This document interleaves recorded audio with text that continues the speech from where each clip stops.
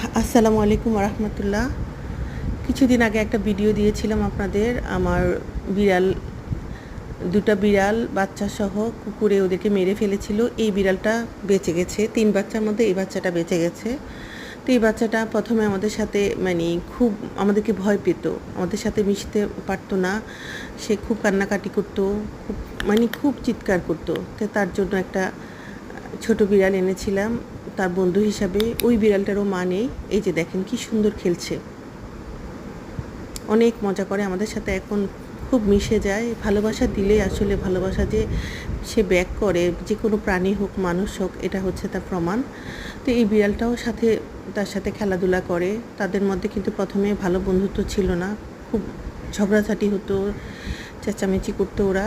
এখন দেখেন প্রতিটা মুহূর্তে মুহূর্তে ও তার পিছনে পিছনে এত বন্ধুত্ব। তো যাই হোক, আজকে সকালবেলা একটা অন্যরকম ঘটনা ঘটে। সেটা হচ্ছে, আমি ঘুম থেকে উঠে দেখি যে ওই ছোট্ট বাচ্চা বিড়ালটা মামরা বিড়ালটাকে দুধ খাওয়াচ্ছে। ওরও দুধ নেই, ও ছোট বাচ্চা, ঠিক আছে, কিন্তু এটা হচ্ছে তাদের ভালোবাসা।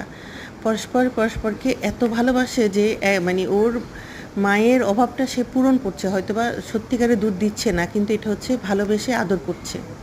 সেও তো বাচ্চা বিড়াল, দুজনেই বাচ্চা। কি সুন্দর লাগছে দেখতে।